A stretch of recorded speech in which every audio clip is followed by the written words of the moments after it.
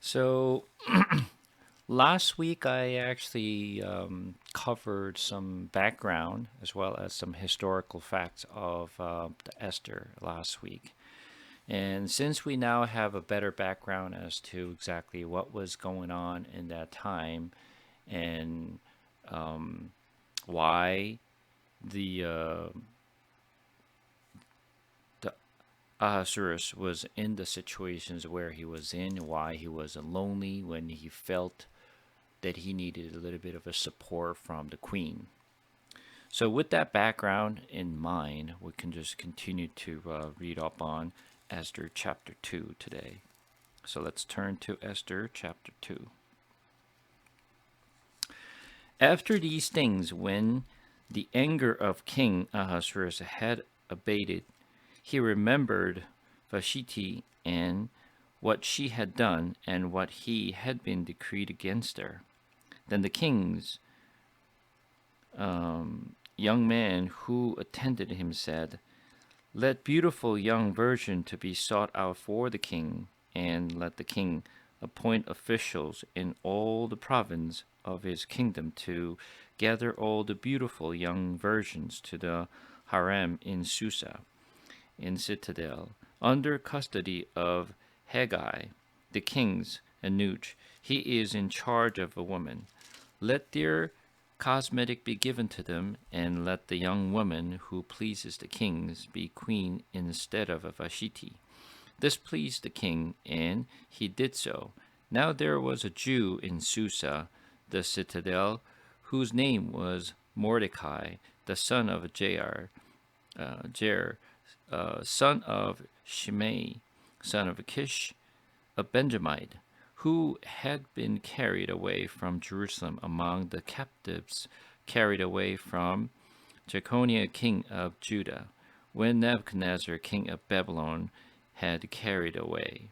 He was a bring up Hadassah, that is Esther, the daughter of his uncle, for he had neither father nor mother. The young woman had a beautiful figure and was lovely to look at. And when her father and her mother died, Mordecai took her as his own daughter. So when the kings ordered and he edict were proclaimed, and when many young women were gathered in Susa, the citadel, in custody of Haggai, Esther also was taken into the king's palace and put in custody of Haggai, who had a charge of the woman. And the young woman pleased him and won his favor, and he quickly provided her with her cosmetic and portions of food, and with 7 chosen young women from the king's palace, and advanced her and her young woman to the best placed in the harem. Esther had not made known her people or kindred, for Mordecai had commanded her not to make it known. And every day Mordecai walked in front of the court of the harem to learn how Esther was and what was happening to her. Now, when the turn came for every young woman to go into King Ahasuerus, after being 12 months under the regulation for the women, since this was the regular period of their beautifying, 6 months with oil, with myrrh, and 6 months with spice and ointments for women. When the young woman went into the king in this way, she was given whatever she desired to take with her from the harem to the king's palace. In the evening she would go in, and in the morning she would return to the second harem in custody of uh, Shashagaz, the king's eunuch, who was in charge of the concubine. She would not go in to the king's again, unless the king delights in her, and she was assumed by name. When the turn came for Esther, the daughter of Abihail, uncle of Mordecai, who had taken her as his own daughter, to go into the king, she asked for nothing except what Haggai, the king's eunuch who had charge of the woman, advice, now Esther was winning favor in the eyes of the all who saw her. And when Esther was taken to King Ahasuerus into his royal palace in the 10th month, which is the month of Tebeth, in the 7th year of his reign, King loved Esther more than all the women, and she won grace and favor in his sight more than all the virgin, so that he set the royal crown on her head and made her queen instead of Vashti. Then the king gave a great feast for all his officials and servants. It was Esther's feast. He also granted a remission of taxes to the province and gave gifts with royal generosity. So, what we can see here is a few things in this chapter. Obviously, Esther's and all the women's in the province had been called in to um, prepare themselves before they presented to the kings to become a queen. And out of many women who called in, and Esther was one of those women who called in for this.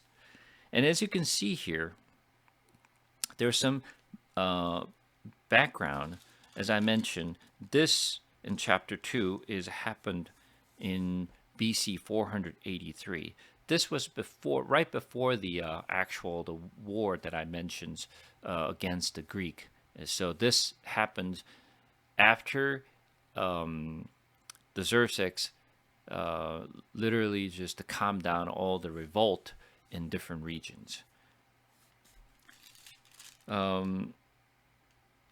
So they actually called many beautiful women in the province, and there's some background about Mordecai as well as Esther. So when you look at the chapter 2, verse 5, it says, "Now there was a Jew in Susa and Citadel whose name was Mordecai, the son of Jair, the son of Shimei, son of Achish, a Benjamite, who had been carried away from Jerusalem among the captives carried away from Jeconiah, king of Judah, whom Nebuchadnezzar, king of Babylon, had carried away."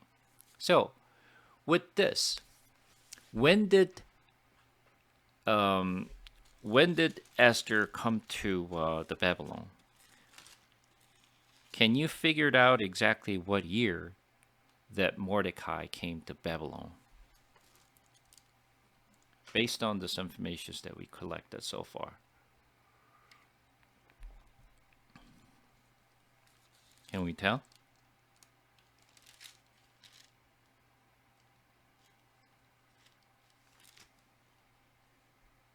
No? Instead of always depending on me, and I hope that you guys could figure things out. It only says after his anger subsided when he kicked out Queen Vashti.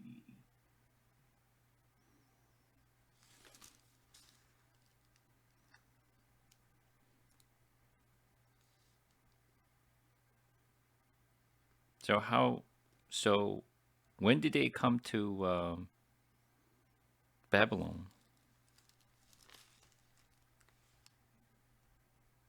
Wasn't it at 400?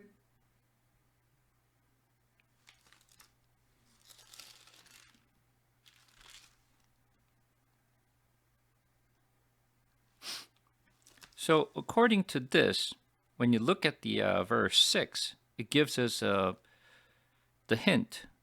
Who had been carried away from Jerusalem among the captives carried away with Jeconiah, king of Judah, whom Nebuchadnezzar, king of Babylon, had carried away.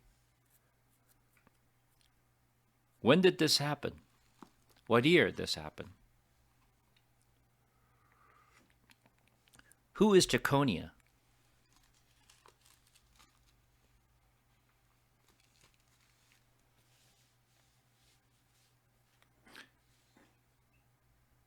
You see, when we read the Bible, we can't just ignore everything and just keep reading. You need to know who they're referencing, why these are important for us to really know. This is why I always give you the year that happened and what happened in that year. I always give you that full information so that you have that information handy. So when Nebuchadnezzar invaded into Judah, which is the first invasion of Nebuchadnezzar, what year was that?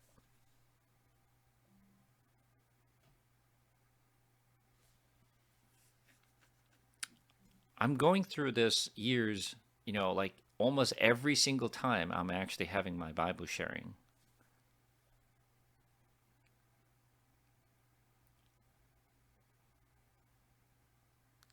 What happened when they came to Judah for the first time?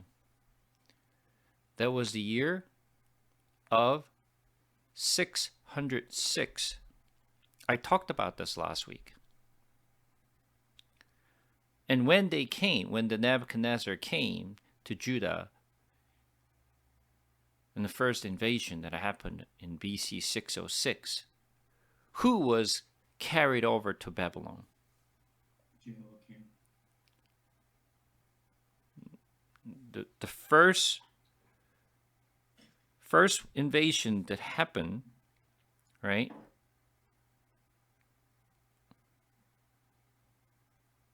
The important people who carried over to the Babylon that we know, who are they? Oh, Daniel, Shadrach, Meshach, and Abednego. Right. Daniel and their friends. And second time Nebuchadnezzar came to Judah, they came to Judah in BC 597. That's the second invasion that occurred when Nebuchadnezzar came. And when he came, Jeconiah was the king. So who is the Jeconiah? King Jehoiakim. Jehoiachin, which is the sons of Jehoiakim, was the king. Jehoiachin is Jeconiah. That was the second invasions that Nebuchadnezzar came to Judah. What year was it again? 597 BC. 597 BC. Okay? And when Nebuchadnezzar came for the final time, the third invasion, what year was that?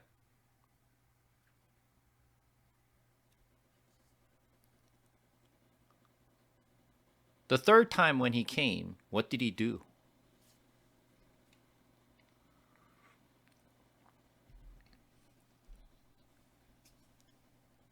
He built a statue.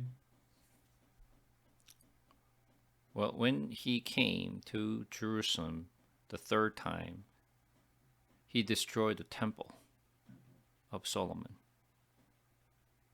That was BC 586. That's the time when Jerusalem and Judah was destroyed.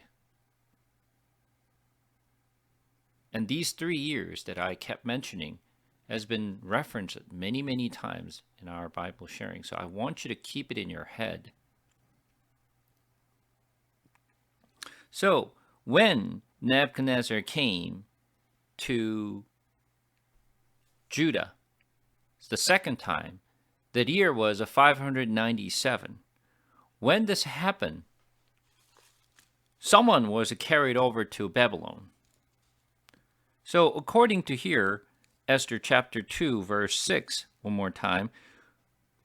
No, let's read it from verse 5. Now there was a Jew in Susa, the citadel, whose name was Mordecai, the son of Jair, the son of Shimei, son of Kish, a Benjamite, who had been carried away from Jerusalem among the captives carried away from with Jeconiah, king of Judah, whom Nebuchadnezzar, king of Babylon, had carried away. So, if he carried away from Nebuchadnezzar to, to Babylon. What year was it?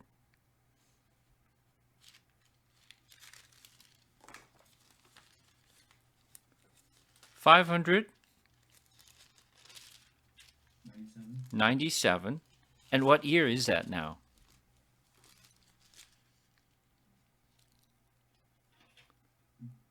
What year is it? 483. 483. So how many years had passed? About 100 years. About 114 years had passed. So does that means Mordecai is 114 years old, or like he's older than 114 years, or what does that mean? You see, when you read this one, when you really understand the year that happened, you'll be able to figure it out whether it makes sense or it doesn't make any sense. Because obviously he did not carry it in when he was 1 year old. Even if he was 1 year old, then even if he was carried over to Babylon at 1 year old, that means how old is he now? He's 114. 114s, and how Esther is what? What is the relationship between the Mordecai and Esther? That's his younger cousin or Correct. niece. So if Mordecai is 114, and how old Esther would be then?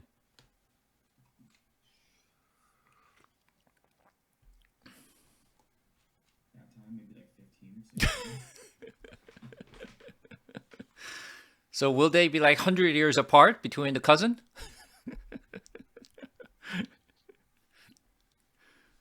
Oh yeah, I see.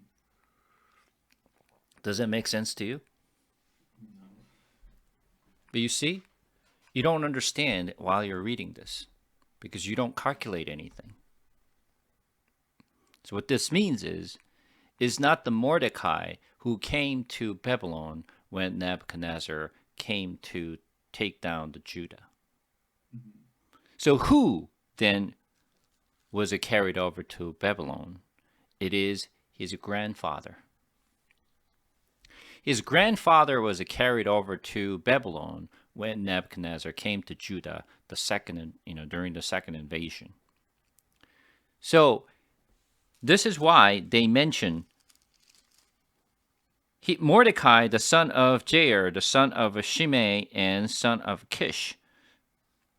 So Kish was carried over to Babylon when Nebuchadnezzar came over to Judah.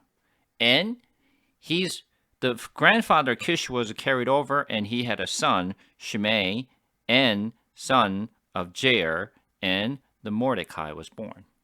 So Mordecai must be very young, right? Because their multiple generation had passed. So from Mordecai's perspective, he did not carry it over from Judah to Babylon. He was born in Babylon. He was raised in Babylon. Imagine, for those of us who are immigrated here, we're either the second generations or the first generations or 1.5 generations. But when you actually pass down to third and fourth generations, when they actually were born here, when they grow up like a local people. They went to the same schools, they spoke the same language, they learned the same culture. They don't know anything else other than what they grew up. So Mordecai, on the other hand, and like Esther, they both were born in Babylon and raised in Babylon.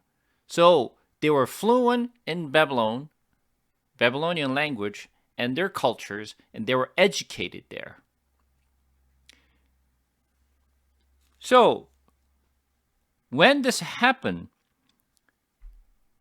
now you can see the Mordecai was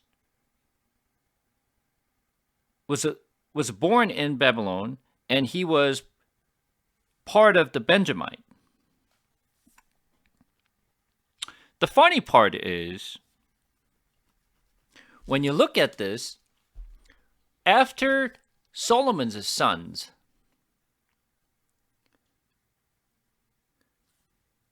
Israel was splitted into north and south, right? It was split into north and south. And how many tribes moved over to the north and how many tribes moved down to the south?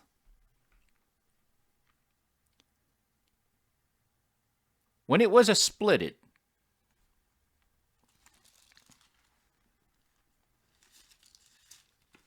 do you remember?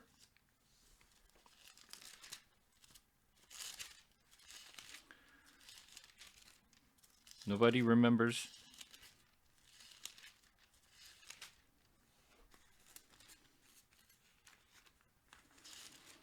Let's go to First King.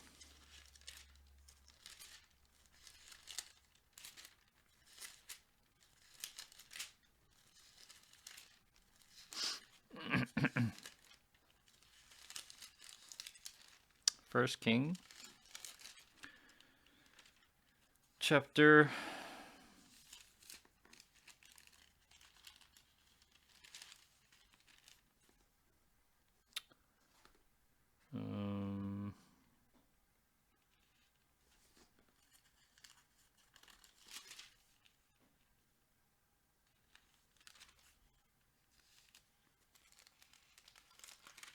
let's take a look at chapter 11.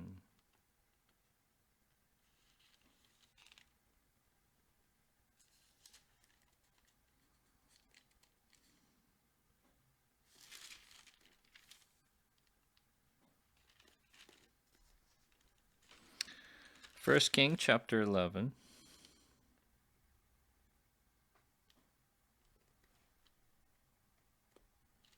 We're going to read from verse 26. Jeroboam, the son of Nebat, Ephraimite of Zerida, the servant of Solomon, whose mother name was Jeruah, a widow, also lifted up his hand against the king. And this was the reason why he lifted up his hand against the king. Solomon built the Millo and closed up the breach of the city of David his father. The man Jeroboam was very able, and when Solomon saw that the young man was industrious, he gave him charge over all the forced labor of the house of Joseph. And at that time, when Jeroboam went out of Jerusalem, the prophet Ahijah, the Shilonite, found him on the road. Now Ahijah had dressed himself in a new garment, and two of them were alone in the open country. Then Ahijah laid hold of the new garment that was on him, and tore it into 12 pieces. And he said to Jeroboam, "Take for yourself 10 pieces, for those says the Lord, the God of Israel, behold, I am about to tear the kingdom from the hand of Solomon, and will give you the 10 tribes.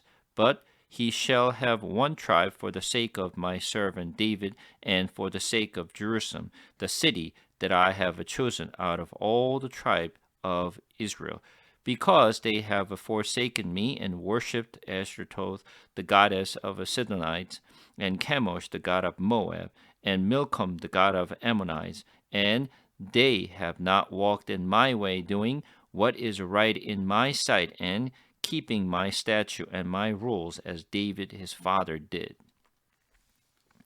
How many actually tribes went to north?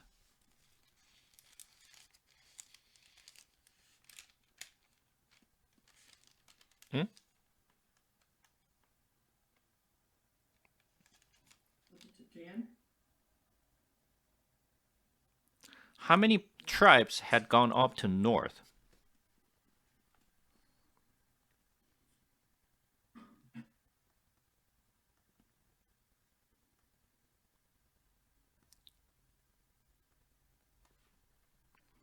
We just read. What did God say? 10 tribes. 10 tribes. And how many tribes remained in in the south?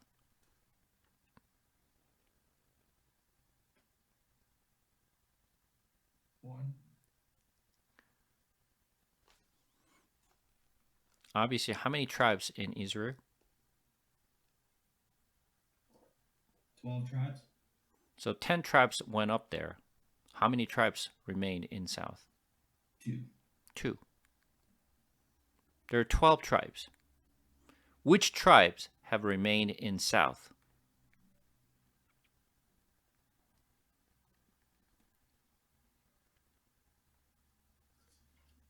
2. Yeah, 2, but which tribes remain in south is what I asked.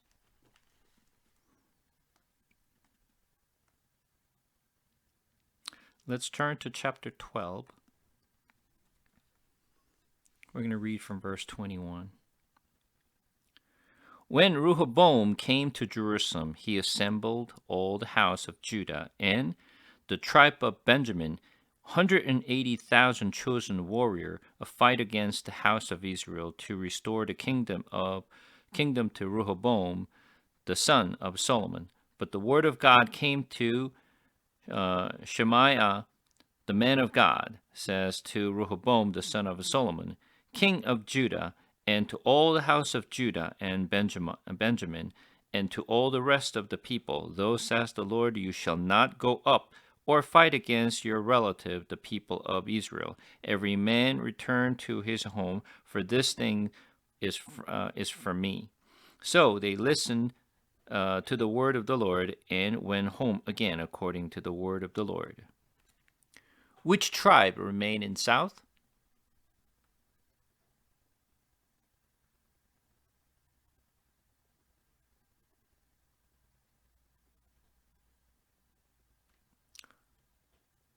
Don't know. Judah and Benjamin. Correct. Judah and Benjamin. So only 2 tribes remained in south in Jerusalem, and that south of Judah always referenced Judah and Benjamin tribe. Rest of the 10 tribe went up to north, and that made Israel. Israel was destroyed by the Assyrians BC 721, and that was destroyed and scattered.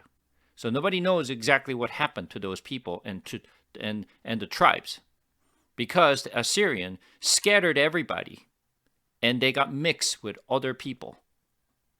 But south of Judah remained in Jerusalem and the southern part of the Israel, and they kept themselves. And only 2 tribes, which is Judah and Benjamite, are the only tribe remained solid. When you come back to Esther, Mordecai and Esther, which tribe are they from?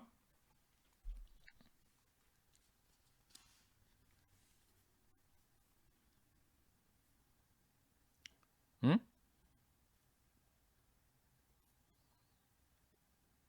Coming back to Esther, which tribes are they from?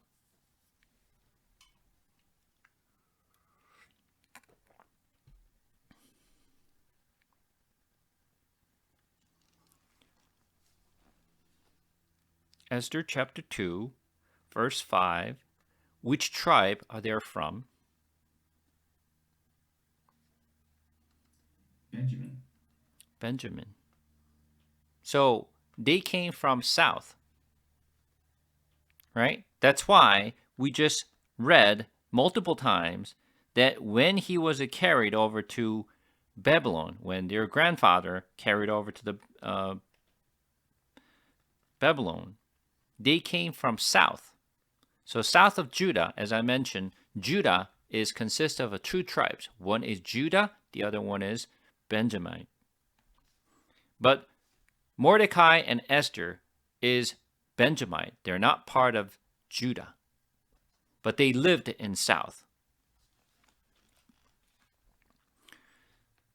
The reason that I emphasize this Benjamite is because we will understand why this is all happening in Esther.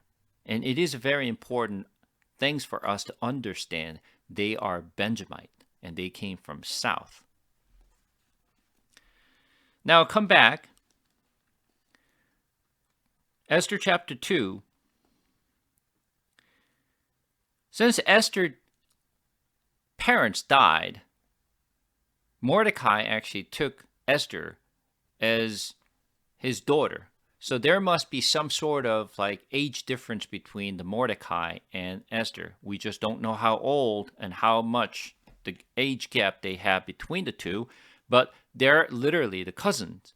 But Mordecai took Esther as, as a daughter. So there must be some sort of like age difference between them. And when Esther was sort of drafted, the woman who was drafted to prepare for the king of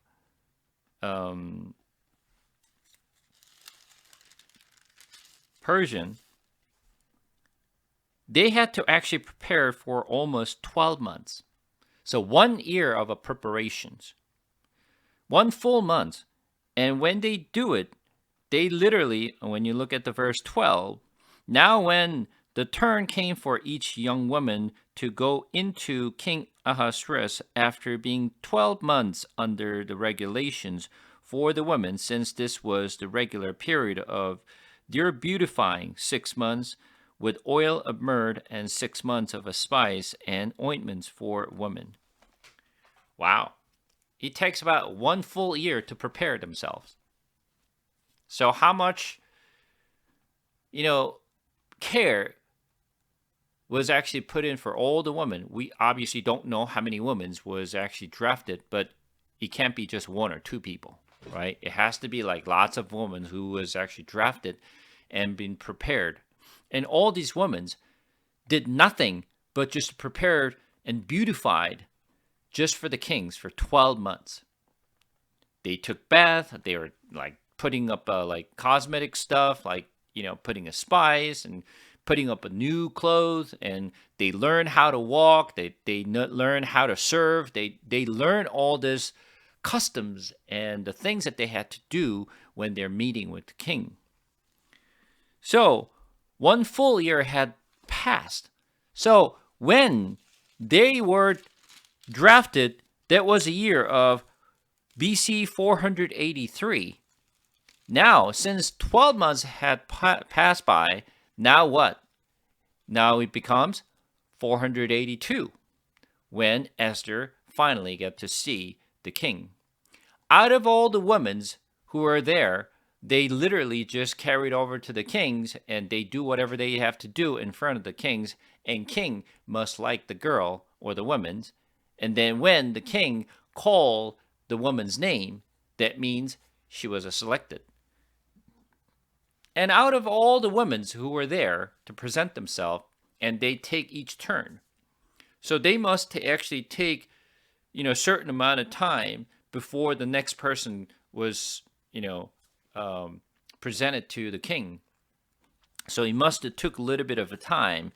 So when you look at this, on verse 16, and when Esther was taken into the king Ahasuerus into the royal palace in the 10th month, which is the month of Tebeth, in 7th year of his reign. Now, when we take a look at from the very beginning, when we started the chapter 1, go back, chapter 1, when you look at verse 3, in the 3rd year of his reign, he gave a feast of all the officials and servants, the army of Persia and Media, and the nobles and the governors of the province were before him. So, what year that Xerxes became a king? 486. He became the king. And by the time when he was actually offering this feast, that year was 483. Right? 483.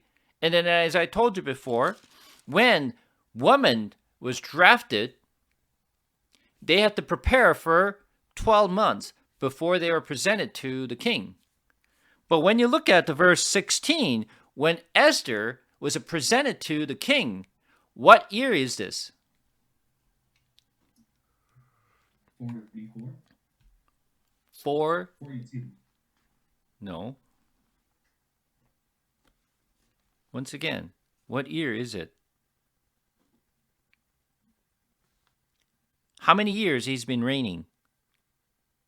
The Persian Empire. The third year he threw the banquet.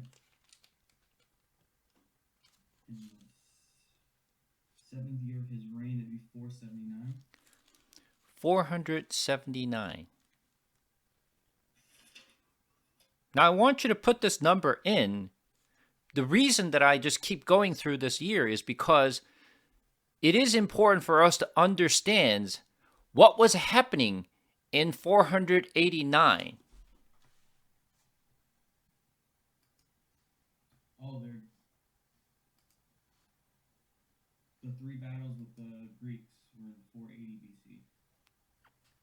479 is when the Xerxes had, terrible time with Greeks because of the war that he had, right?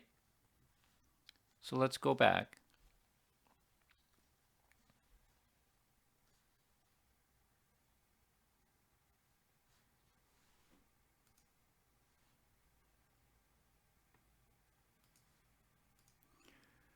Last year, I showed you this map.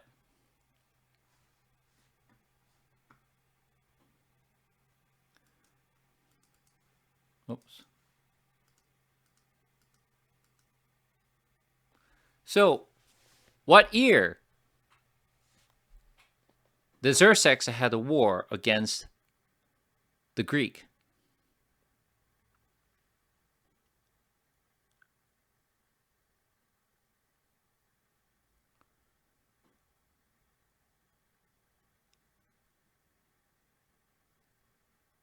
Xerxes had a war against the Greek, which is the war that we know as the Battle of Thermopylae, was of BC 480. When they lost the war in the sea, which is the Battle of Salamis, was BC 480. And when they had the final war with Greek, which is the Battle of Plataea, that was of BC 479. So what year was Esther presented to the Xerxes?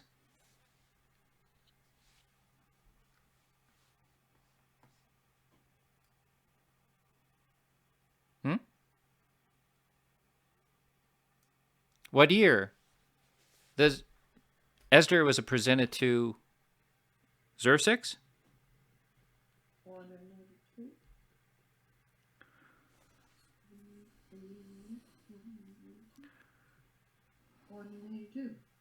No. A year later.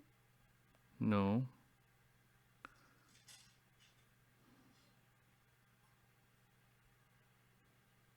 How many years he's been reigning in Persia?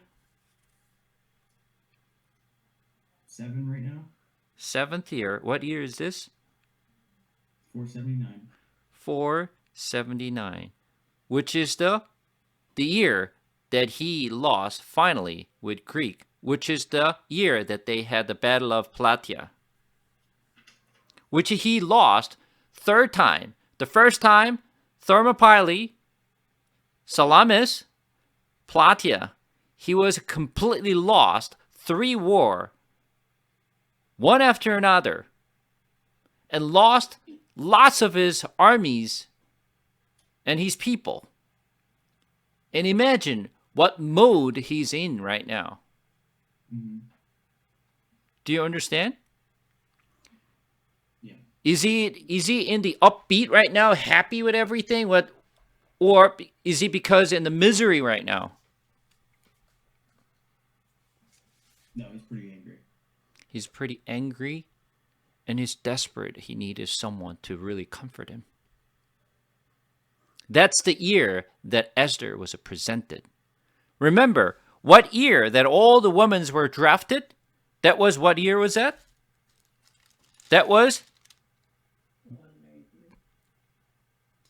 a BC 483.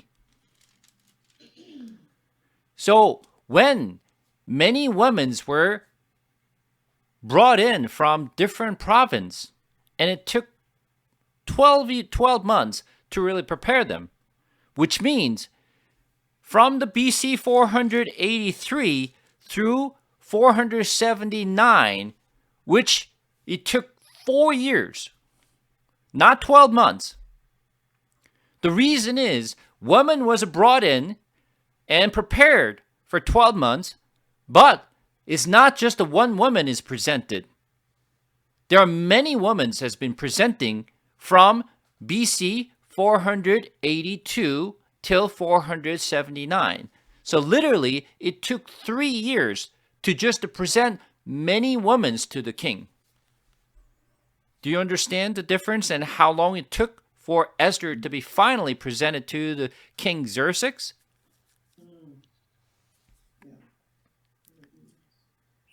So it took 3 years for Esther to take turn to be presented to the king. So it is not just happening BC 481 or BC 480. Because imagine, when he started the war in BC 480, he had to prepare for the war, right? And he was in the battle place. So he was not in the place of Susa to really see the women, because he was in the battle place for 3 years. So it took a lot longer for the women to really see the king. Because finally, after he lost the battle against the Greek in BC 479 through the Battle of Plataea, now he's in desperation. He was in despair.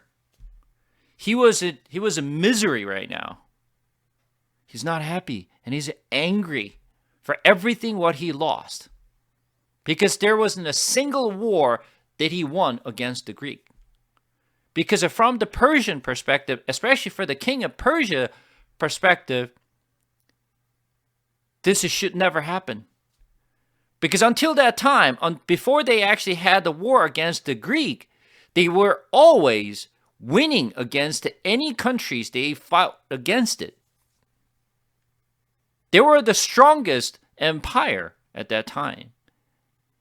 And the power of a Persian, especially the king of Persia, was known to every part of that region. Do you understand why I'm actually showing this? Because now the king is in desperation to have someone nearby. And when Esther was presented at the time, he literally just fell in love with Esther. And then, now, coming back to chapter 2, verse 17, the king loved Esther more than all the women, and she won grace and favor in his sight more than all the virgins, so that he set the royal crown on her head and made her queen instead of Vashti. Then the king gave a great feast for all his officials and servants. It was Esther's the feast. He also granted a remission of taxes to the province and gave gifts with royal generosity. So once again, he needed time to really just unwind himself. He needed some comfort from the queen, as well as he needed to just have some sort of a feast to just kind of like relax him from this war. It is very important for us to understand why God is actually letting the Esther to be seen by the king at this time. If you don't really look at this in the year of the war that the Xerxes had, you are not going to really see the background of why and what mood he's in right now. But once you actually just map these together, then you will see what situation he's in right now and what mood he's in right now, and why he was desperate to have the queen right next to him. Coming back, verse 19. Now, when the virgins were gathered together the second time, Mordecai was sitting at the king's gate. Esther had not made known her kindred of her people, as Mordecai had commanded her, for Esther obeyed Mordecai just as when he was brought up by him. In those days, as Mordecai was sitting at the king's gate, Bigthan the Teresh, two of the king's eunuchs who guarded the threshold, became angry and sought to lay hand on King Ahasuerus. And this came to the knowledge of Mordecai, and he told it to Queen Esther, and Esther told the king in the name of Mordecai. When the affair was investigated and found to be so, the men were both hanged on the gallows, and it was recorded in the books of the Chronicle in the presence of the kings. Now, you understand why there's the eunuch, two of the eunuchs was trying to assassinate the Xerxes. Why is he? Why are they planning to really assassinate the king Xerxes? Because he lost all the war, and I explained it to you last time, that he killed so many young people. Many of the people in his province lost their sons. And at the same time, much of the tax has been collected to prepare the war. So imagine how the people were feeling for the Xerxes. They were not happy. So therefore, eunuchs plotted together to kill the king. And obviously, Esther knew about it, and Mordecai reported this, and they found out they were plotting to kill the Xerxes. So finally, he was able to really spare his life because of the Mordecai reported. And it's been recorded. Now, chapter 3. After these things, King Ahasuerus promoted Haman to Agagite, the son of Hammedatha, and advanced him and set his throne above all the officials who were with him, and all the king's servants who were at the king's gate bowed down and paid homage to Haman, for the king had so commanded concerning him. But Mordecai did not bow down or pay homage. Then the king's servants who were at the king's gate said to Mordecai, "Why do you transgress the king's command?" And when they spoke to him day after day, and he would not listen to them, they told Haman in order to see whether Mordecai's word would stand, for he had told them that he was a Jew. And when Haman saw that Mordecai did not bow down or pay homage to him, Haman was filled with fury, but he disdained to lay hands on Mordecai alone. So, as they had made known to him the people of Mordecai, Haman sought to destroy all the Jews, the people of Mordecai, throughout the whole kingdom of Ahasuerus. In the first month, which is the month of Nisan, for the 12th year of King Ahasuerus, they cast a purge. This is to cast lots before Haman day after day, and they cast it month after month, all the 12 months, which is the month of Adar. Then Haman said to King Ahasuerus, "There is a certain people scattered abroad and dispersed among the people in all the province of your kingdom. Your laws are different from those of every other people, and they do not keep the king's law, so that it is not to the king's profit to tolerate them.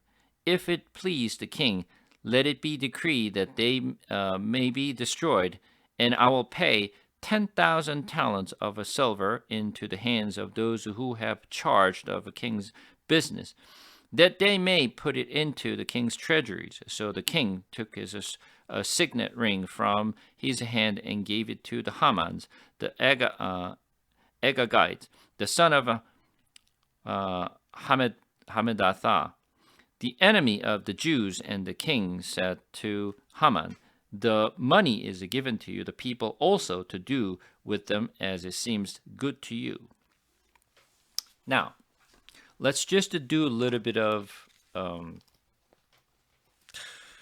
digging on this one.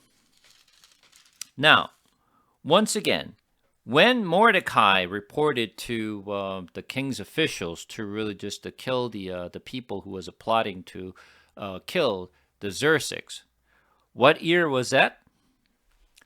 479, which is the 7th year of reigning of King Xerxes. Now, what year is it now that this is happening? The 12th year of his reign, 474. Correct. 474. So how many years had passed? 5 years. Almost 5 years had passed. So now he is recovering for all this mess that he created by himself, having the war against the Greeks, because it's already 5 years had passed. But once again, still, he didn't gain the respect that he deserved. And because his reputations had literally just thrown down to the ground, right? And people are not happy with all the stuff that he's been doing. But at this time, Haman was kind of riding the waves at the time, because he was lifted up as one of the officials, and he became a respected officials at the time. And he was in a very high position. We don't know how high he was, in his position, but he was actually somewhat high in his position. And then everyone was giving the homage and respected when he was passing by. And Haman did not know that Mordecai was not really bowing down, but Anuch, who really saw Mordecai was not giving the homage to the Haman, reported to the Haman, and now Haman started to look at the Mordecai more carefully and realized that Mordecai was not giving any homage to himself. So he did a little bit of a research and find out who this Mordecai is, and found out that he was the Jew. Not only he was the Jew, he was from where? Which tribe is he from? Benjamin. He was from Benjamin. Now, why is that important to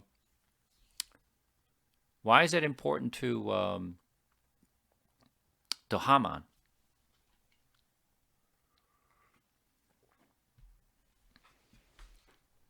Is that really important to Haman?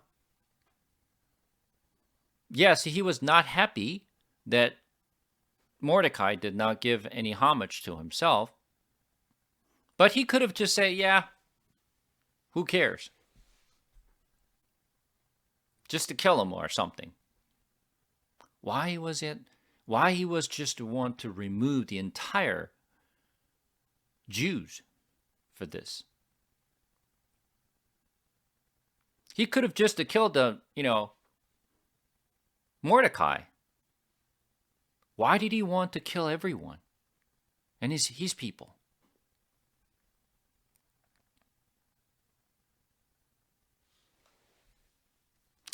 In order for us to understand this, we have to go back a long history. What history do we have to go? So now we're going to go back.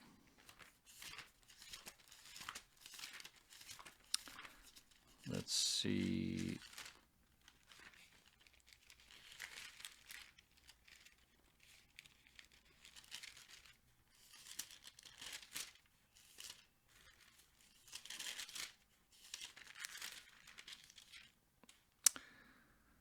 Let's go to Exodus. Exodus chapter 17. Exodus chapter 17. Wow. Going back a long history, right? A big jump. Yeah. Exodus chapter 17. We're going to read from verse 8. Then Amalek came and fought with Israel at Rephidim. So Moses said to Joshua, "Choose for us men and go out and fight with Amalek. Tomorrow I will stand on the top of the hill with the staff of God in my hand." So Joshua did as Moses told him and fought with Amalek. While Moses, Aaron, and Hur went up to the top of the hills, whenever Moses held up his hand, Israel prevailed, and whenever he lowered his hand, Amalek prevailed. But Moses' hand grew weary, so they took a stone and put it under him, and he sat on it, while Aaron and Hur held up his hands, one on one side and the other on the other side. So his hands were steady until the going down of the suns. And Joshua overwhelmed Amalek and his people with the sword. Then the Lord said to Moses, "Write this as a memorial in a book and recite it in the ear of Joshua, that I will utterly blot out the memory of Amalek from under heaven." And Moses built an altar and called the name of it, "The Lord is my banner," saying, "A hand upon the throne of the Lord. The Lord will have a war with Amalek from generation to generation." Everyone knows what this war is about. But what people remember is, oh yeah, Joshua and the people of Israel had a war against somebody, and Moses went up to the mountainside. He was lifting his staff, and when his staff was up, Israel was prevailing, and when his hand were down, the other side was prevailing. So Aaron and Hul was with Moses to helping him to continue to lift up his hand so that Israel will win the battle. Everyone remembers that Moses went up to the mountainside and he was lifting up the staff to win the battle. But what people don't remember, who were they fighting with? If you ask, who are they? Nobody remembers. Now you have to remember who they were fighting with. Who are they fighting with? The Amalekites. Amalekites. Amalekites are the first people who attacked Israel after they came out of Egypt. They're the first people who attacked them. And then God promised God will blot out the Amalekites. Remember, there are many people who fought against Israel when they were in desert. Amalekite is not the only people who fought against Israel. Moses had other war. But out of all the people who fought against, Amalekite was the only people God committed to remove them from the land. Now, after he committed, what did God do after that to remove them? Did he ever remove the Amalekite?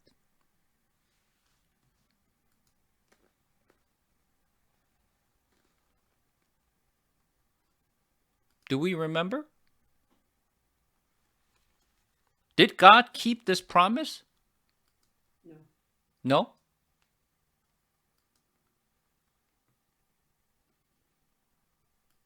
But it says at the last one that he would from generation to generation, so they'll go up. The Amalekites will go on. Okay. So let's take a look exactly what God did. This time, let's go to 1 Samuel.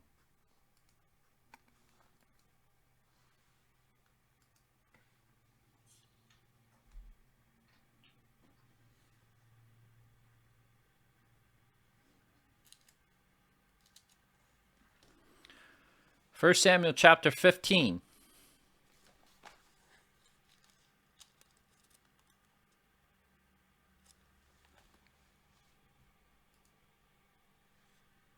We're going to read from verse 1. And Samuel said to Saul, "The Lord sent me to anoint you king over his people Israel. Now therefore listen to the word of the Lord. Thus says the Lord of hosts, I have noted what Amalek did to Israel in opposing them on the way when they came up out of Egypt. Now go and strike Amalek and devote to destructions to all that they have. Do not spare them, but kill both man and woman, child and infant, ox and sheep, camel and donkey." So Saul summoned the people and numbered them in Telaim, 200,000 men on foot and 10,000 men of Judah. And Saul came to the city of Amalek and lay in wait in the valley. Then Saul said to the Kenite, Go down from among the Amalekites, lest I destroy you with them, for you showed kindness to all the people of Israel when they came up out of Egypt. So the Kenite departed from among the Amalekites, and Saul defeated the Amalekites from Havilah as far as Ashur, which is east of Egypt. And he took Agag, the king of Amalekites, alive, and devoted to destructions all the people with the edge of the sword. But Saul and the people spared Agag, and the best of the sheep, and of the oxen, and all the fattened calves, and the lambs, and all that was good, and would not utter destroy them. All that was despised and worthless they devoted to destructions. Do you remember the story? Oh, yeah. So God ordered, through this Samuel, to remove the Amalekites, which he promised to Moses way before, because this happened way after the God made a promise. Because the time between when God said, I'm going to remove the Amalekites from the earth, to the time when God finally told Samuel to remove the Amalekites, almost over 450 years had passed. Finally, God ordered them to remove. So Saul was the king, the first king of Judah, and he supposed to remove all the Amalekites. Samuel told Saul to do so. But what did Saul do? He kept the best of what they had. Cattle. He kept all the best and destroyed what is weak. God told him to remove everything, man and woman, child, infants, all the animals as well. Anything that they possess, completely destroy them. As God said, that I'm going to blot out the Amalekites from this earth. Right? Now, Even though Samuel gave this order to Saul to do so, and he did not follow the order that he received from the Lord. And he spared what is good. And then, not only he spared what was good, what else did he do? He allowed Agag to live. He captured the king of Amalekites, which was the Agag. Agag was brought in, and when Samuel saw what Saul did, Samuel was he was furious. He was angry for what Saul did. When you look at the rest of the chapter 15, literally he was furious for what Saul had done. And then because of this incident, God rejected the Sauls, and Saul left him. I mean, not Saul. Samuel left the Saul. Right? Now, this is a very important incident that we have to remember. I actually explained this to you multiple times in the past. Why then Amalekite is the only people God promised that he's going to blot out them out of the land? Why?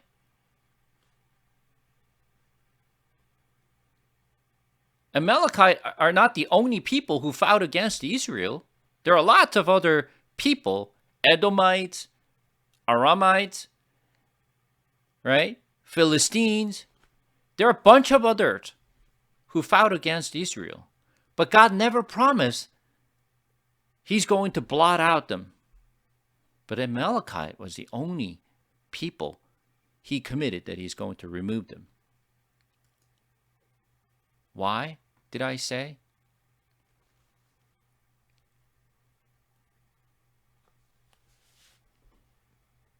Amalekites, Amalek. This word actually came from Hebrew word amar. Amal means labor. Remember I mentioned? Now everything is coming to our head now. Labor or toiling, which means everything that we labor and we toil to help ourselves. We don't need God anymore, but we will labor ourselves. We will toil ourselves. We will help ourselves to do everything our own. We don't need God. So God is going to remove that thought that we can do everything without God. And Amalekite was the perfect example of that, because they are the people who attacked Israel, but at the same time, they're the people who always try to do things on their own. At the end time, we have a fight against the people of evil who think they can do everything by themselves. We don't need God. We can labor, we can toil ourselves, we can do it on our own. That is the mindset of Babel. What did they do at the Babel? Let's just build the tower. Not only just to build the tower, what do we need to do? Let's come together. Let's help each other. We can do it ourselves to build the tower as high as it can reach to the heaven, so we can save ourselves. Even if God really just to pour down the water, just like what happened at the time of Noah, we can save ourselves. We can build a tower. We can just, literally just, flee over to the top of the tower to spare our lives. We can help ourselves. Let's come together. What did God say? What God did was dispersed. And when God created man, what did he say to the man? You will till the ground, And labor. what did God said?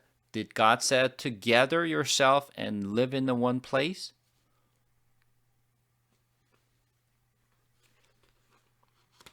Very beginning. Let's go to Genesis.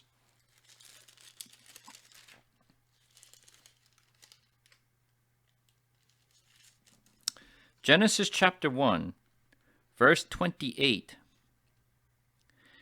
And God blessed them, and God said to them, be fruitful and multiply and fill the earth and subdue it, and have dominions over the fish of the sea, over the birds of the heavens, and over every living thing that moves on the earth. God literally said, spread out. Don't stay in one place, but spread out. But Nimrod said, no, don't spread out. If we spread out, then we will lose our power. So let's come together in one place. Let's help each other. We can do it ourselves. So they started to come together at Babel to build the tower. They were going against the God's order. God said to spread out. They said, no, we come together. That's how we gain the power. When people spread out, people lose their power. Therefore, they have to rely on God. But when they come together, they think they can do it by themselves, because if we come together, if we put our heads together, we can do things. We can do it. That's the mindset that this world is also teaching us. You can do it. Which is very different from what God is telling us. Now, that's why God decided to remove the Amalekites from the earth, which means God wants to remove the mindset to really just to work together and labor and toil ourselves to build something and fight against the God.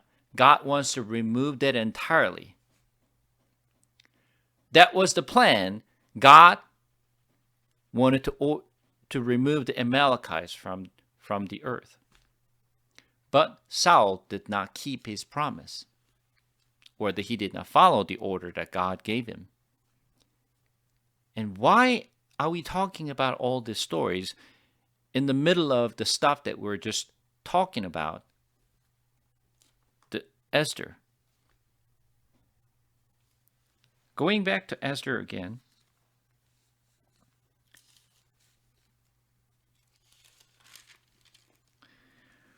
Let's take a look at chapter 3, verse 1. After these things, King Ahasuerus promoted Haman the Agagite, the son of Hammedatha, and advanced him and set his throne above all the officials who were with him. Haman is what? Agagite. What is Agagite?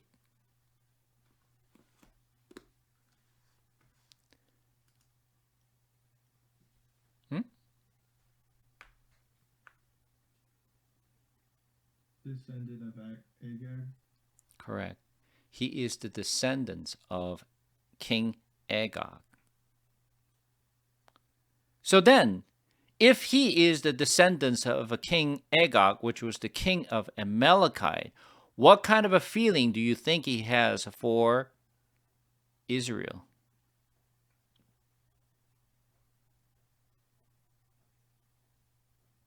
Was it friendly kind of feelings for them, or like their enemy to kill? Enemy. Their enemy.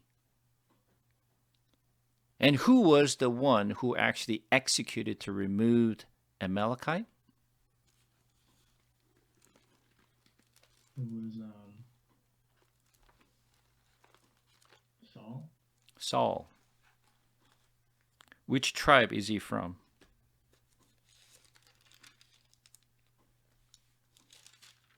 Benjamin. Oh, you see. Saul is from Benjamin tribe.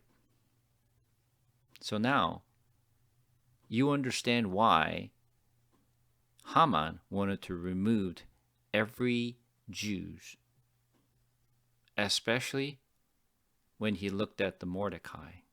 Why? Mordecai was Jews, and two, he is from Benjamin, which is the descendants of King Saul. Old beef. Old beef. Correct. Now you understand why he wanted to remove the entire Jews, all the people who are related to Mordecai. Now you see this is all coming together. You see the better picture about what's happening with the story. Now, this is why Haman wanted to remove the Jews entirely, because Jews are literally the people he needs to remove from this earth, because that's exactly what the Jews were trying to do with his own people.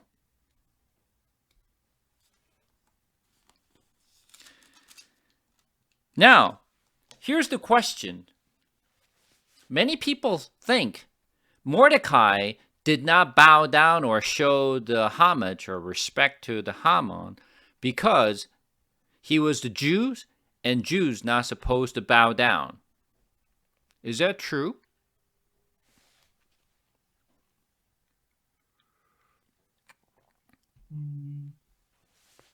No. For the religious reasons that Mordecai did not really show the homage to Haman. Remember the story from Daniel, right? When Nebuchadnezzar built the big statue and had everybody bow down before that statue, obviously the three friends of Daniel did not want to bow down or kneel down before that statue, so they were almost get killed. They're thrown into the fire, right? And they did not bow down to that statue because literally he didn't think it was right for them to do. Mordecai did the same thing.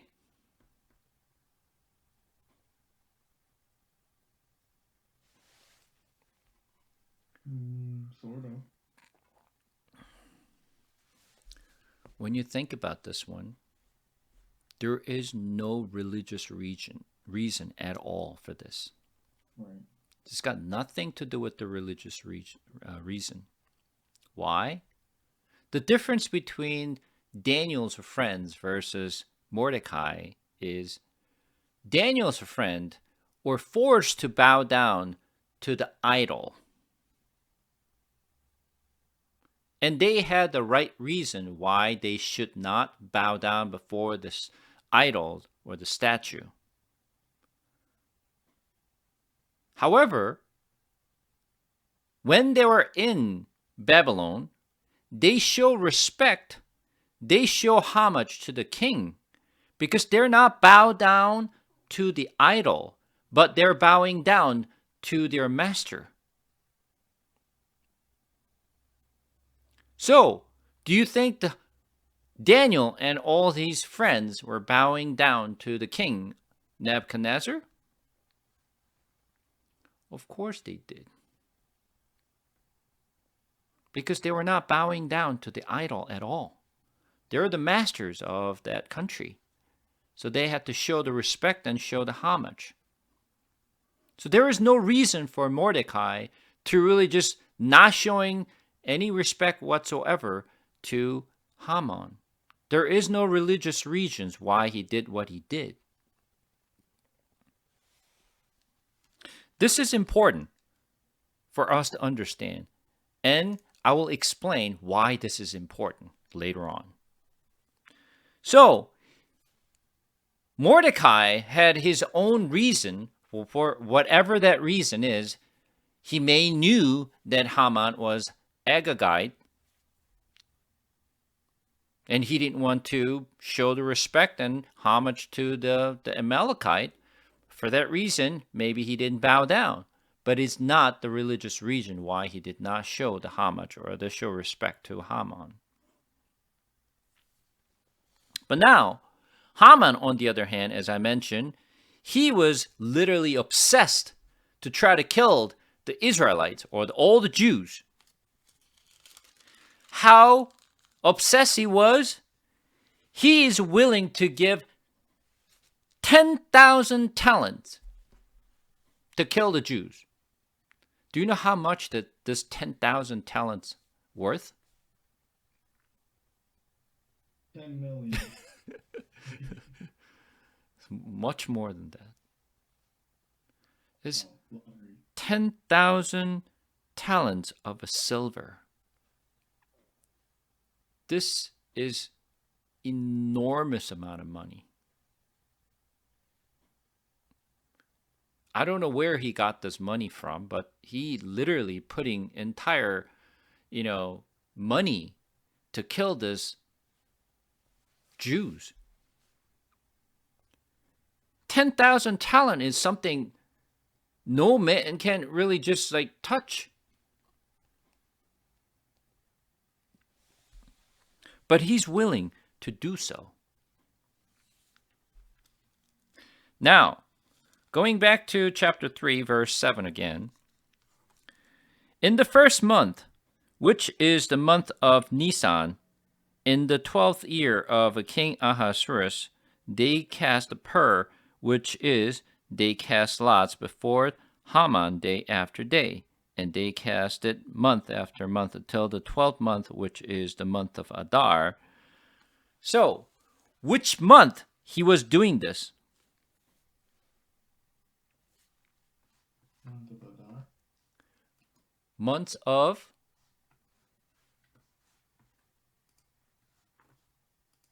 Nisan. Right? Months of Nisan. What is the month of Nisan?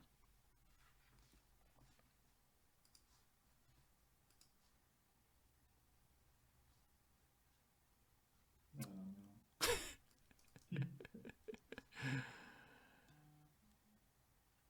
We have done this so many times, and no one seemed to be remembering anything what I actually taught. Sometimes I'm wondering, what am I teaching? People with bad memories. Yeah. So let's take a look at what I covered when I was going over Exodus.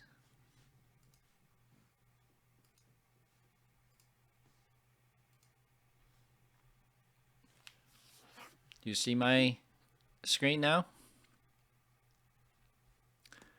Yeah. This is the Israel's calendar. And I told you that Israel has two calendars. One calendar is civilian calendar. The other calendar is religious calendar. There are two calendars that they use. And what's the difference between the civilian calendar versus religious calendar? And why do they have two calendars to begin with?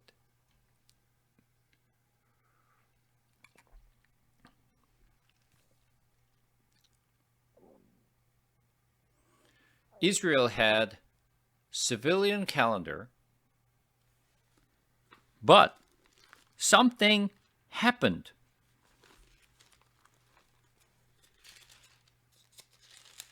What really happened to them?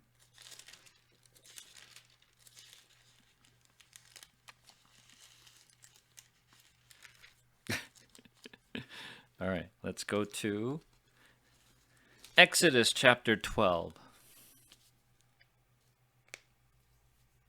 Exodus chapter 12.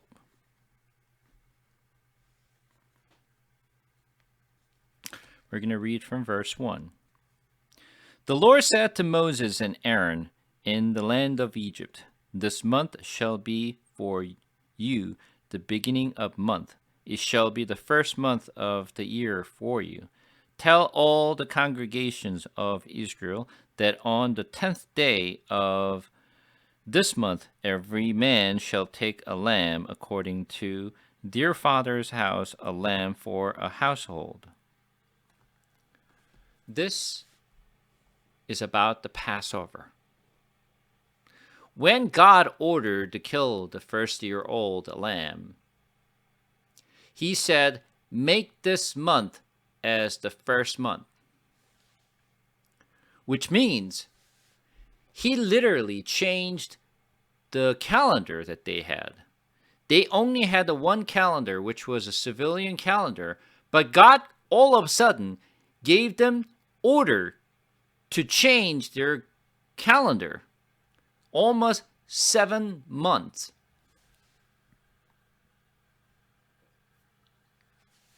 Now I'm going to ask you this. When is the new year for us? January 1st. When January 1st comes, New Year starts. Is that correct? For us, at least. When is Chinese New Year starts? January. No. I don't know. Help me. Daisy?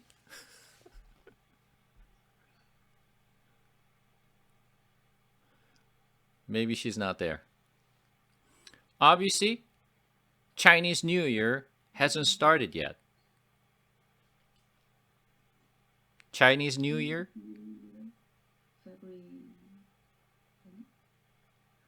So, Chinese New Year is the new year for Chinese and most of the Asian countries, including Koreans as well. Right? So, Chinese New Year is coming up very soon. So they don't really celebrate that much on the first day of the first month, just like the rest of the world. But Chinese and many of the Asians celebrate the Chinese New Year, which is coming up in February. Now, when is the new year for Jews?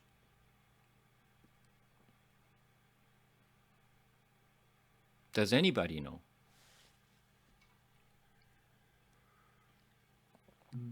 Between March and April.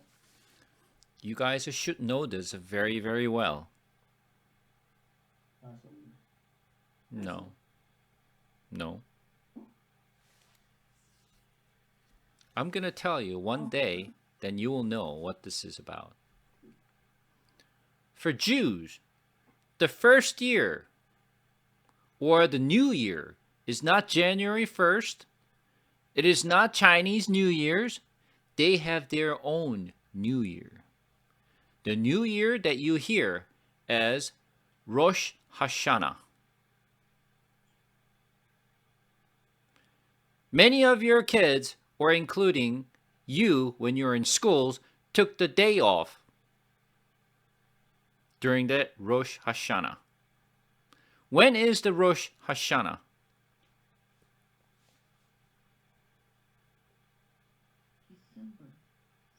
December. It's like October, November. I'm not going to cheat. All right. Rosh Hashanah is the same as what? Rosh Hashanah is the same day as something. Rosh Hashanah is one of those 7 feasts. Which feast?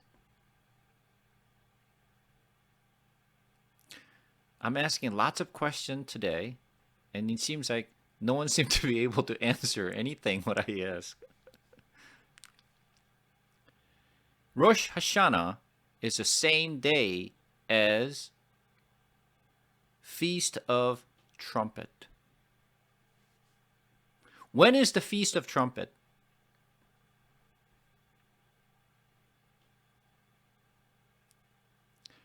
Feast of Trumpet is the first day of the 7th month.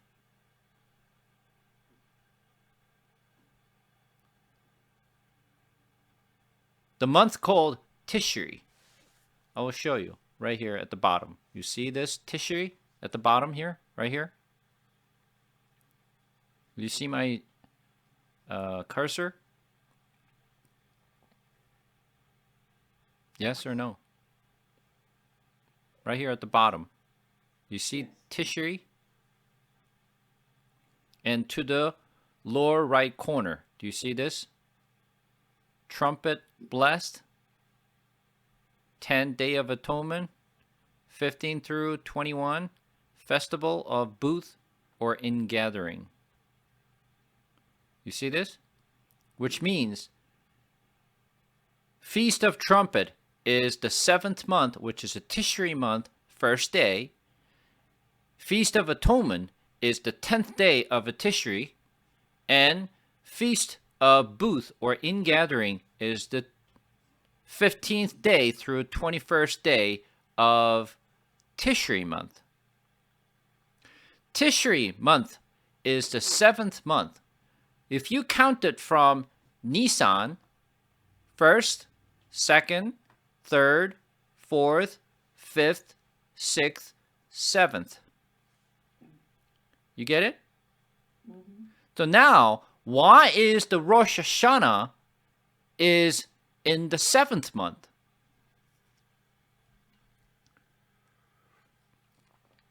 Because this was their civilian calendar.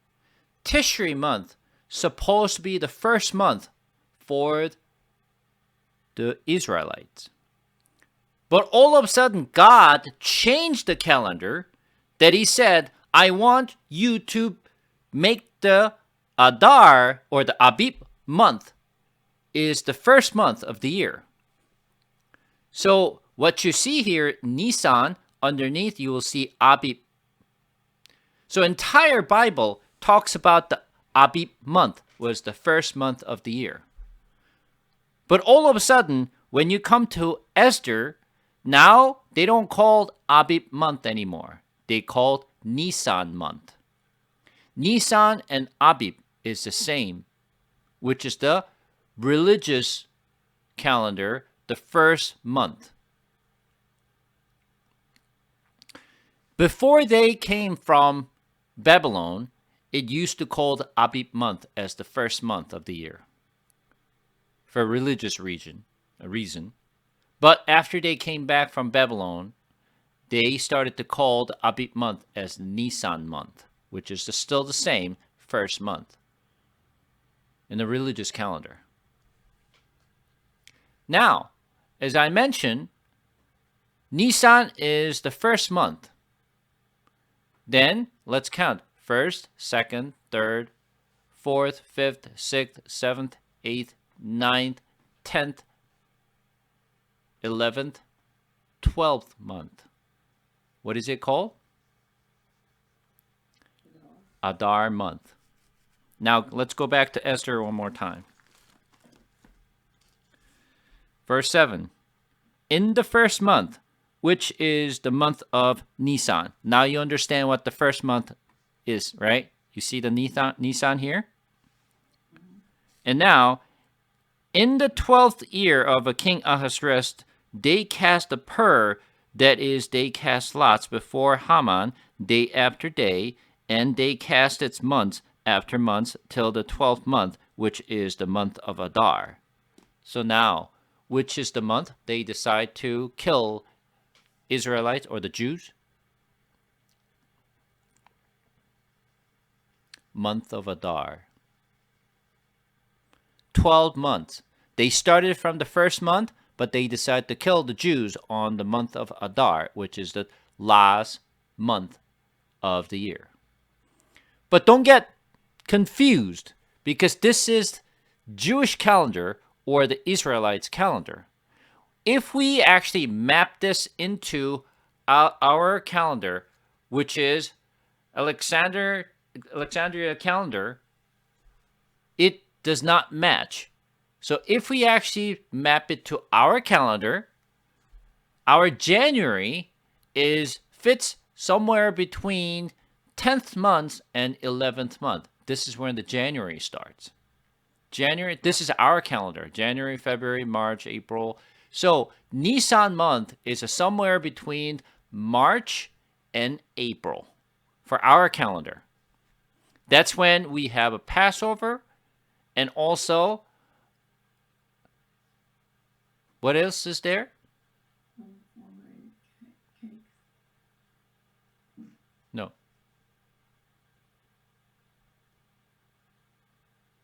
Unfermented cakes, unleavened bread, the feast of unleavened bread, and offering of the first fruits. This is why you will see during March and April time, you will see a bunch of a school is taking off because of the Passover and unleavened bread, and also feast of first fruit. And many of the Jews, they don't come to schools. So therefore, school shuts down. Yep. So now you understand what this is about. So when you go all the way, go to Adar, which is somewhere between our calendar, February and March. This is the 12th month. And this is the month that you will see Purim. Have you ever heard of the Purim?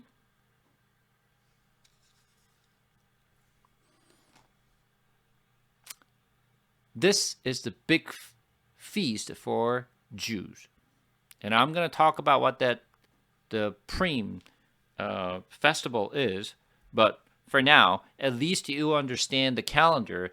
And when Haman decided to kill the Jews, there was the Nisan month, and he picked the day to really actually execute to kill the Jews in Adar month, which is the 12 months from the month that he started. And this is what made him to really just destroy himself. If he actually decided to kill the Jews in the next month, which is Iyar month or the Shiban month, he would have actually killed everyone. But because it picked 12 months from the time that he actually killed the Jews, he picked the Adar month instead of other month. Now you get this?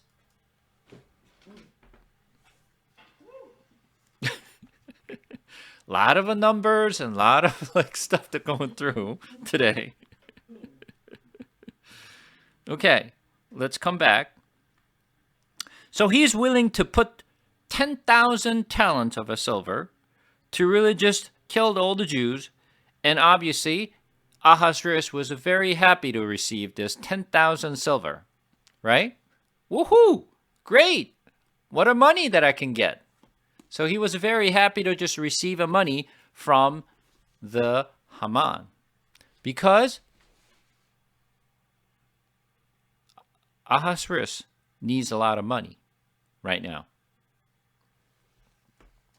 And he said in verse 10, so the king took his signet ring from his hand and gave it to Haman the Agagite, the son of Hammedatha, the enemy of the Jews. Now you understand why he is the enemy of Jews, right?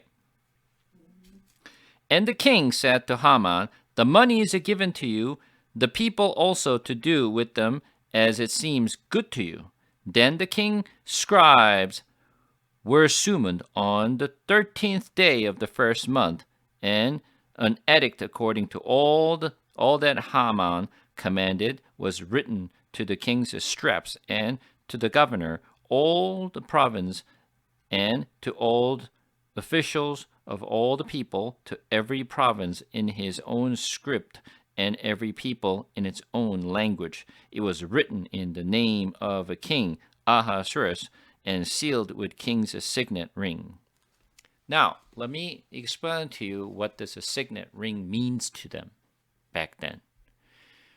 When king put stamp on the document using his signet ring, that means it's put into law. And you cannot change. Not even king cannot change. Once he put the stamp on using the king's signet ring, that's it. It has to be executed no matter what. King cannot say, no, oh, it was a mistake, or let's just cancel this, and he cannot do it. He has to do it. This happened in the past. When did this happen? In the past that we know. Today we're going back a lots of history. In the past, there's something very similar thing happened. What happened?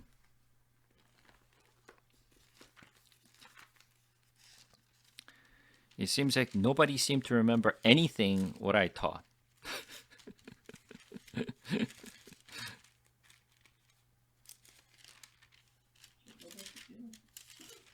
Go back to Genesis? No, we don't go back to Genesis this time.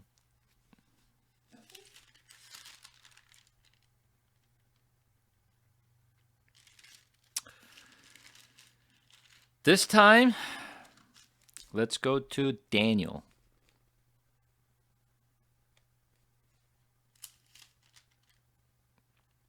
Let's go to Daniel, chapter 6. What's in Daniel chapter 6? And the story that you know very, very well.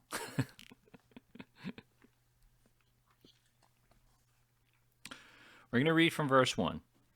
It pleased Darius to set over the kingdom 120 satraps, to be throughout the whole kingdom, and over them 3 high officials, of whom Daniel was one, to whom these satraps should have give account, so that the king might suffer no loss. Then this Daniel became distinguished above all the other high officials and satraps, because an excellent spirit was in him, and the king planned to set him over the whole kingdom. When the high officials and the satraps sought to find a ground for complaints against Daniel with regard to the kingdom, but they could find no ground for complaints or any fault, because he was faithful and no error or fault was found in him.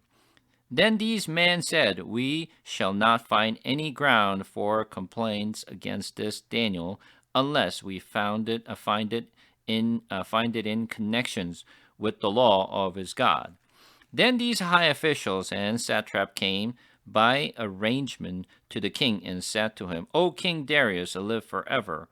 All the high officials of the kingdom, and the prefects and the satraps, the counselors and the governors are agreed that the king should establish an ordinary and enforce an injunction that whoever makes petitions to any god or man for 30 days except to you, O king, shall be cast into the den of a lion. Now, O king, establish the injunction and sign the document so that it cannot be changed according to the law of the Medes and the Persians, which cannot be revoked.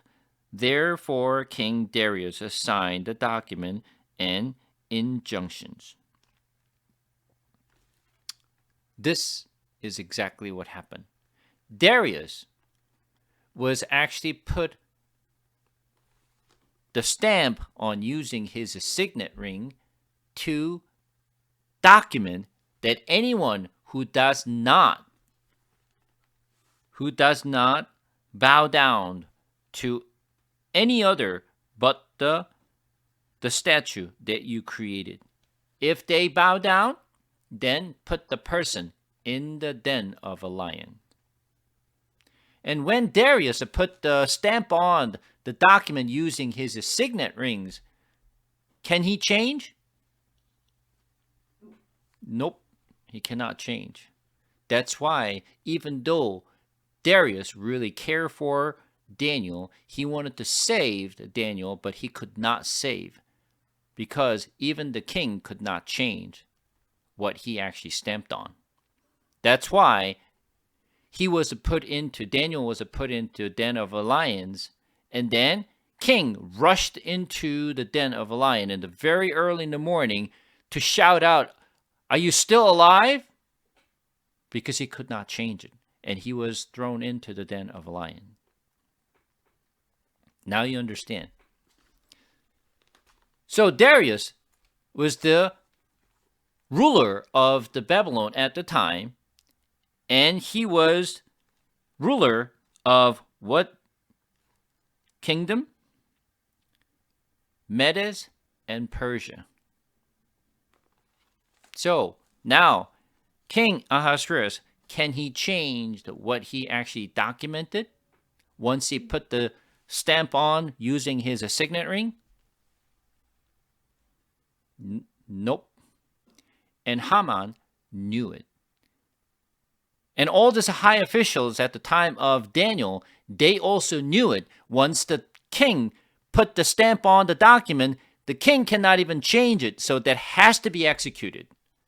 So Haman, he wanted to make sure that he execute to really just to kill all the Jews from his province. How many provinces has this Ahasuerus has been ruling? 127 province, which is the entire Middle East. Starting from where? All the way from the Egypt towards India. That's how big his land was. And anybody who's living in those 127 provinces, all Jews will be removed, will be killed. What does this mean? Is that including Israel and Jerusalem? People who are living in the land of Israel? Yes. Not just the people who are living in Babylon, but every Jewish people in those 127 supposed to be killed. And Haman wanted to make sure this happened. So he was literally trying to remove the Jews from the earth. Just like Israel was trying to do that to Amalekites. He was trying to do the exactly same thing what they were trying to do. Now you get this idea? Okay. Now you're getting the bigger pictures and see what's happening, why they're doing what they're doing, and what's going on and stuff like that, right? Okay, good. All right. So we only got like 5 minutes left, so let's just save the rest of the chapter for the next week's.